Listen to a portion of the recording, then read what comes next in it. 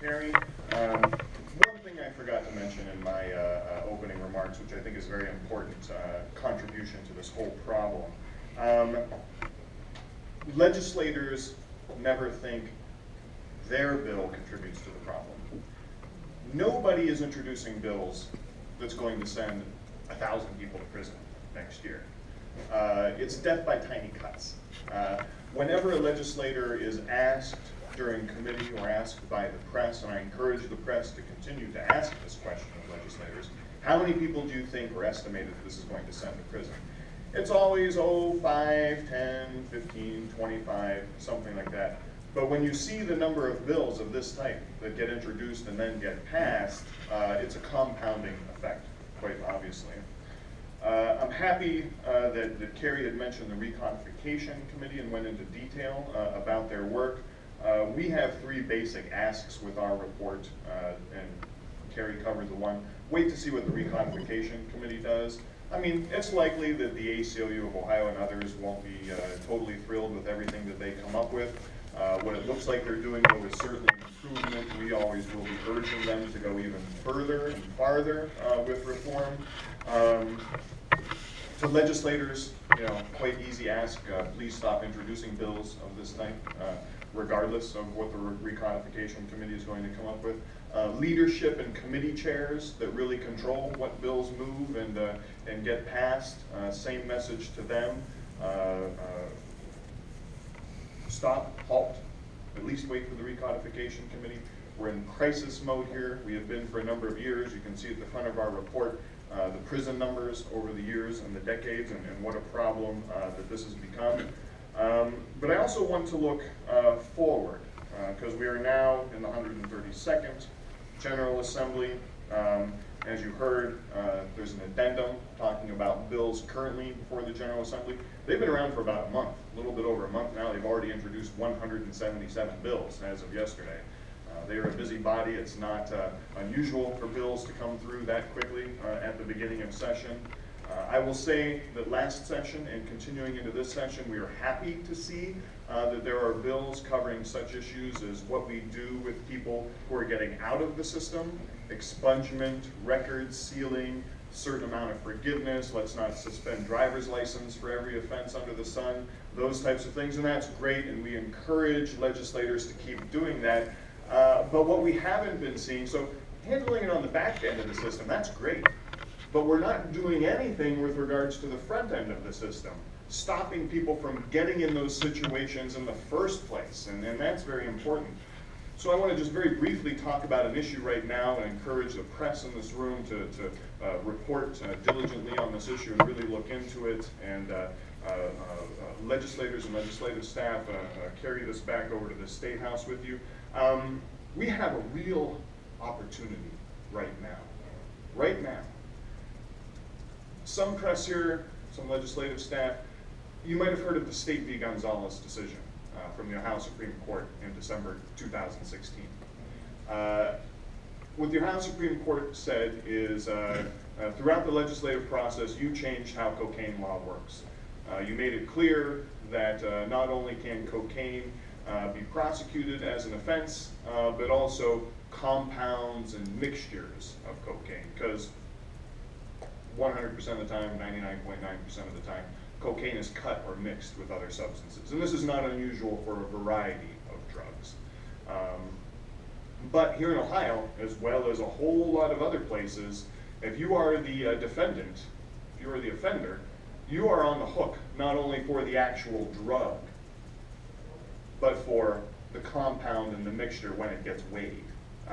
So you could have, as the examples have been out there, you could have 2 grams of cocaine and 8 grams of baking powder. You're on the hook for all 10 grams. You could have LSD mixed with orange juice, a gallon of orange juice. You're on the hook for the whole gallon of orange juice. So in State v. Gonzalez, the Ohio Supreme Court said, certainly it's a crime, the drug and the compounds and mixtures, but when you change the law in the past for the purposes of sentencing, you only said of cocaine. Now, there's disagreement about the Ohio Supreme Court's decision and the wisdom of it, but it is what it is. So we don't need to debate that. What we have right now is you can only be prosecuted for, or sentenced rather, for cocaine itself, not the mixtures, not the compounds, not the other substances.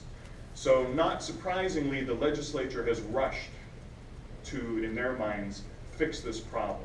There is one bill out there, House Bill 4, that would directly make it clear to everybody involved, including the court, that the intent of the legislature is not only the drug, but the compounds and mixtures as well.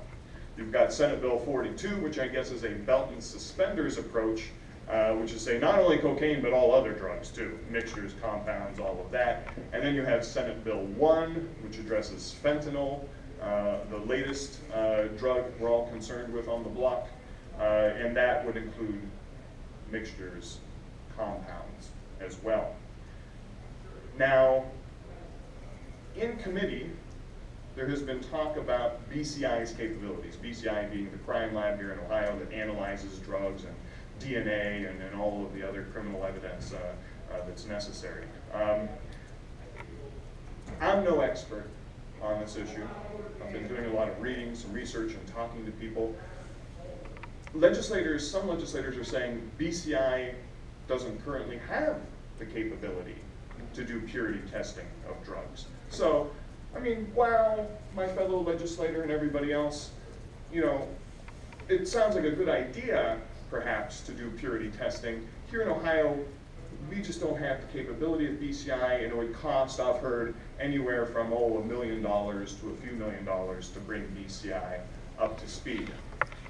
Ignoring, of course, that this is budget season, and that these are legislators, and that if they wanted to designate the money for this purpose, they could do that. They could pay to have it done by outside labs. In fact, Ohio did this for about 7 or 8 years with DNA analysis in the not so distant past.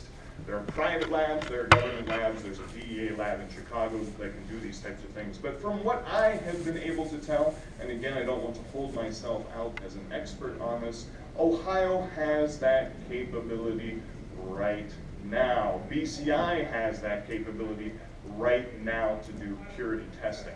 So if the issue, as some legislators have presented it, is, oh, you know, that is a good idea, maybe we should, you know, we should do purity testing, maybe we should change the law, but we're unable to do it. I mean, think of what a big driver this is for this exact issue that we're talking about. You could have a low-level amount of a certain drug that would get you a 5th-degree felony. You're not going to do prison time, you know, especially if you're a first-time offender.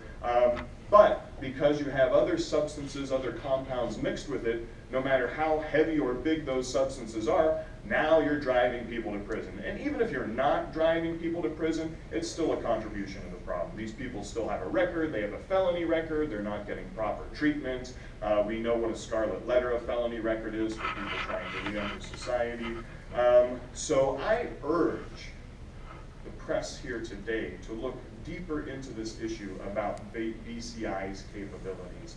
From my reading, we have that capability right now, which then begs the question, why do we keep doing this mixture compound issue with regard to our current laws? It is such a big driver of people being in prison in the drug world. Look, it's a popular thing to say now. The ACLU has been saying this for years. The Public Defender's Office, the Ohio Association of Criminal Defense Lawyers, and everybody involved, we've been saying for decades, the drug war, by any objective measure, is an absolute failure.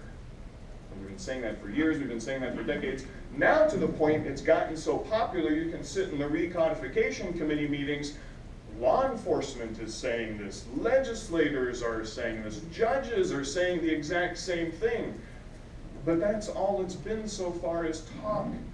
Here we have an opportunity to reverse course and say we are no longer going to include substances that are not drugs when we're weighing this and considering it for the purposes of sentencing. You're going to be hearing more about this issue as these committee hearings go on.